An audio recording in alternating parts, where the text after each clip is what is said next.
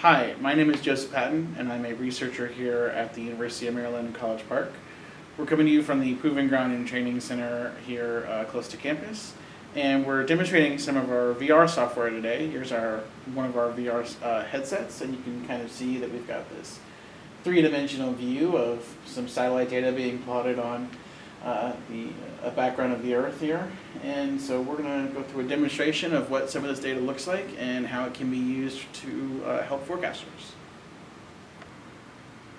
All right, so this is our virtual reality or VR data visualization that we're working on here at the University of Maryland, College Park. And this is just an example of an archive case from Hurricane Dorian in late August and early September of 2019. What you're looking at here in terms of imagery is called ALPW, or Average Layer of Precipitable Water. It's an experimental satellite-based product that shows you essentially just how much moisture is in a certain layer of the atmosphere. Right now we're looking at surface to 850 millibars, so low-level moisture. And we can hit animate here and watch our here is our Hurricane Dorian. It's actually in this area where we don't have data because that's where the satellite imagery is being blocked. But we can see that it's generally moving into this area of high, low-level moisture. So that's going to be an atmospheric characteristic which is going to be supportive of strengthening or maintaining major hurricane strength for Hurricane Dorian. And we can also overlay different types of data sets. So instead of ALPW, what we can show is GOES 16 products as well. So this is our visible data. Obviously, we're not going to see much at night, but if we zoom in, we can see Hurricane Dorian here with a well-defined eye. Is traveling towards the southeast United States. And we can switch to our water vapor, and we can see that very clearly. Here's where it was making landfall in the Bahamas at a very slow rate of motion.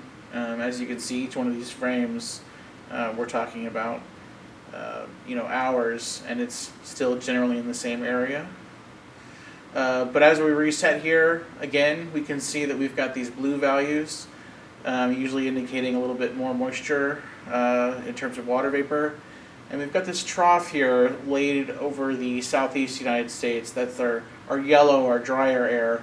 And that's going to prevent Hurricane Dorian from really making too much progress inland. So essentially what's going to happen is Hurricane Dorian, and what did happen is Hurricane Dorian's going to kind of stall out here just off the coast of Florida and then eventually ride up this trough and get swept up by the mid-latitude westerlies. And then go with the main flow back out to the Atlantic Ocean.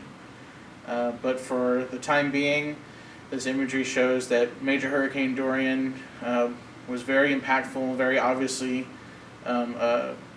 forced to be reckoned with based on satellite imagery. And this is just one of the examples of products that we're visualizing, we're experimenting here with at the University of Maryland. So we can also view some of the flight data that was going on from the Hurricane Hunters aircraft. Let me slow this down so we can see it more clearly. But essentially what we have is we can see some of the data from the aircraft. This is reflectivity as it was happening.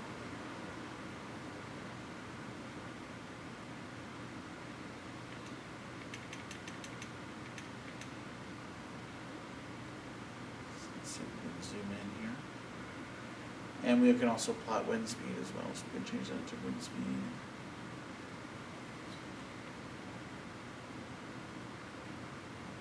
See if we can get a good frame here. There's one.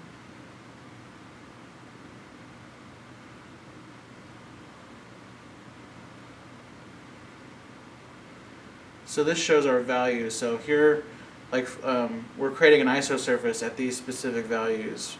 So this would be all the values where we have at least 25 knots of wind speed. And then as we get into the eye, where we've increased our isosurface to 44, I think that's actually meters per second, we can see our fastest winds in the eye according to that pass from the radar aboard the Hurricane Hunter's aircraft, we can see those are our strongest wind speeds. And this is pretty much right near where Dorian was at its strongest or peak intensity. So we can see wind speeds up to the 60s or 70s here in the strongest parts of the eye wall. And then similarly for reflectivity, we can see our reflectivity values pretty much the strongest in the eye wall, with about 40 dBz, maybe 45 dBz. And then one other functionality that I want to show with this data is that in addition to just being able to sort of visualize this whole thing, you can also do cuts. So instead, you don't just have to have this viewpoint where you're sort of looking down on the Earth. You can kind of swoop in. So let me show you what I mean by that. So we're going to do a cut here like this. And let's show... So this is our whole average layer of precipitable water from about 1 kilometer in height to about 8 kilometers in height. So what we can do is we can actually cut... We can